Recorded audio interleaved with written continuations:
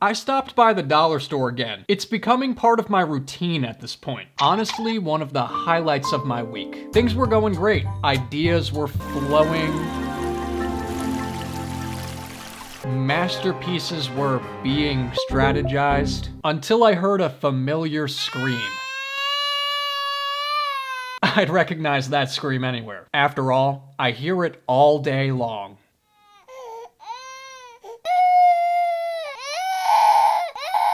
Turns out my neighbor, the screaming toddler with space buns, decided to show up at our local dollar store. There's not much to do around here. She really wanted this Barbie doll head. It wasn't even a full Barbie doll, just the head. Sick freak. She's very smart, very cunning and manipulative. She asked her mom, "Mom, have I been good this week?" No. Long story short, I ended up securing the Barbie head. Another victory. Fashion doll. Poopy mode activated. Not sure what was so alluring about this, but here it is. I got this thing just to rub it in the screaming toddler's face. To be honest, I had no idea what to do with it. One thing I knew is that I did not want to turn this into another planter. Been there, done that. I've done a good amount of doll makeovers, so I figured I'd think of something to do with her eventually. The challenge of this was that it's not even a full doll, it's just a head. Sniffledorf really took a liking to her hair. He wanted to help pull out a few strands. Poor Barbie. I'll have to fix that for you. She looks too stereotypically Barbie-ish right now. It's okay. I thought she needed some color in her life to help bring out her inner beast. Barbie's always given me Grinchy vibes, so I thought green would be the perfect color for her. I read online that you could dye a doll's hair with hot water and food coloring. I do my research. Multiple sources said I could do this. Liars. All liars. I thought it was working. Things were looking good. Mean and green. Just like I like it. To try and get a more even soak, really get every strand, I pulled out her ponytail and gave her another dunk. I regret that moment. It was at this point that I realized that she's actually been bald underneath this whole time. Like, really, really bald.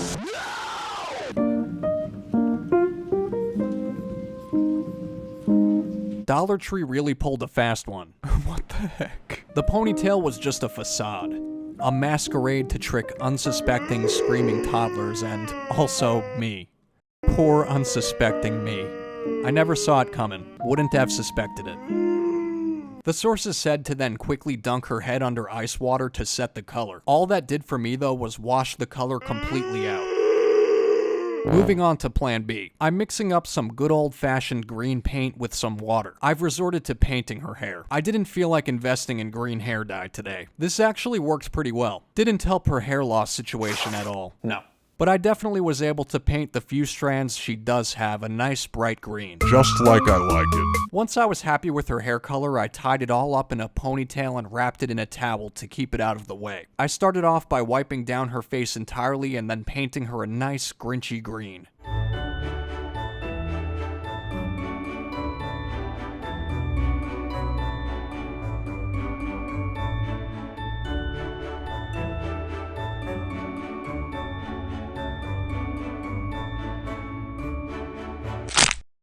I popped her head off the neck stand. I just wanted to paint that green and just make sure I don't miss any crevices. I'm using some Mr. Super Clear to seal in all of the green base layers I just did. Alright, now finally time for the details. You might be slightly disappointed. I'm not good with realism. I always go for a cartoony kind of vibe, so that's what's happening to Mrs. Grinch here. Something wrong here. The Grinch has very prominent eyebrows and wrinkle features. Face wrinkles. So yeah, I'm really trying to pull off that look without making her look completely hideous. Easier said than done. It's funny because this is probably the most realistic looking doll makeover I've ever done. I'm pretty proud of how it came out. I think you can definitely tell it's Mrs. Grinch. I even added some gloss to her eyes for a little bit of sparkle. I think it's cool to have a little Mrs. Grinch bust to greet Santa as he forgets my presents again this year. A lot of people have attempted making gingerbread houses, and a lot of people have failed repeatedly. Gluttons for punishment. I already know I would fail too, so I'm just not even gonna try that. Instead of making a gingerbread house, I've decided to paint one. First things first, gonna cover up this whole rose garden. I like the whole thing to be painted white, just so I can have a blank slate to work with. It's made of like a chipboard kind of material. Not the best quality, but I mean, it was only $1. Now that it's all white, I went around and taped up some of the edges. Gingerbread houses are always brown, since you know, they're made of gingerbread. Learn something new every day. I started sketching out my idea. It was a bit hard to see what I was drawing over the edge of the shelf, so my head keeps bobbing into frame. What I liked about this house is that it was a very plain kind of shape. I could really make it whatever I want. There's endless possibilities. I can have frosting icicles and lollipops growing in the front yard. Frosting icicles and lollipops growing in the front yard. I don't know. I feel like it's a fun little activity and it's only $1. I also like that it's not as messy as an actual gingerbread house. Plus I can keep it forever. It's going to have a bright red door. I always love when people paint their front doors an interesting color. Makes a statement. It keeps things Interesting. I wanted this gingerbread house to be evil. That's kinda what I always try to go for. It was hard though. Nothing was really sparkling inspiration. I feel like gingerbread houses have a very particular look, and if you stray too far from it, it just won't look like a gingerbread house.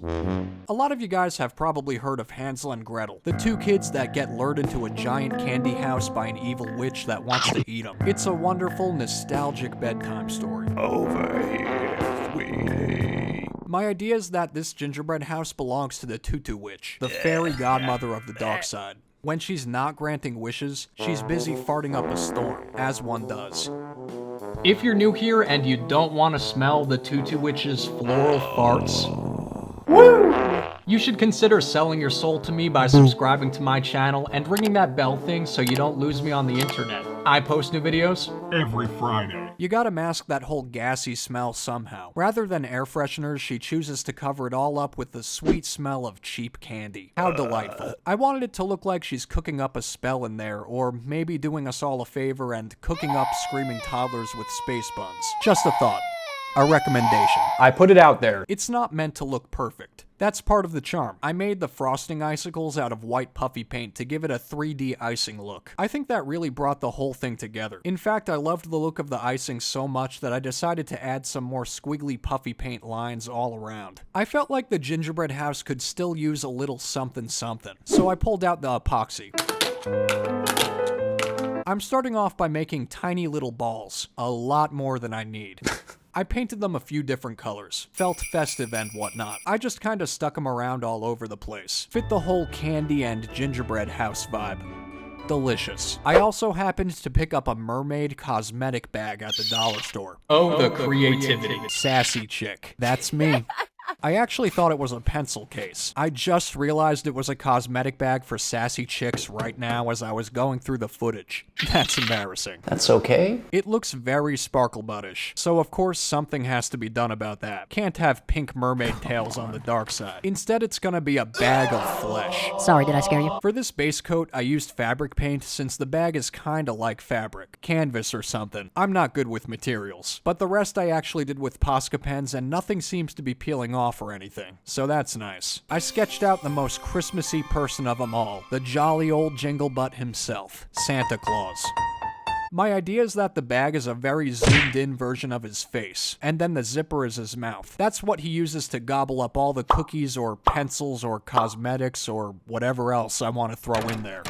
It's a stylized version of Santa. It's supposed to be my kind of cartoony version of him. The hardest part about painting this bag was getting into all the crevices and folds. Trying to paint those as evenly as possible was a slight challenge. He's got a very bushy mustache. That's kind of his thing. His beard and his mustache. I painted it a little disheveled. He's supposed to look a little crazy. I like to imagine Santa as a little out there, slightly deranged, but in a jolly way. The pink under his mustache is supposed to be the top of his lips. It's not a butt. It may look like a butt, but it's not a butt. But does that make sense? I couldn't just leave the back plain. I took a while to think of what to draw on the back. Eventually I thought, why not Mrs. Claus? Everyone always forgets about Mrs. Claus. The disrespect. I kinda imagined Mrs. Claus to look exactly the same as Santa Claus. Minus the beard, of course. She has little reading glasses. Her eyesight left her long ago. I wanted her expression to contrast with Santa's. Santa looks derpy and kinda crazy. Mrs. Claus, on the other hand, looks like she's just done with life, judging every single thing Santa does with such judgment in her eyes. Just let the poor guy be jolly. I tried to make her hair and his hat meet perfectly in the center. Really tried to clean that up and just try to layer on the color as much as I could. To make sure the paint job didn't peel off or crack or anything, I sealed everything in with some glossy varnish. Give it a nice, shiny finish. And there you go. Mr. and Mrs. Claus. Two jolly old jingle butts to ring in the Christmas season. I'll give you anything you want, sweetie. Just click on the top right or bottom left. Hey, that's my job. Get out of here, you old hag.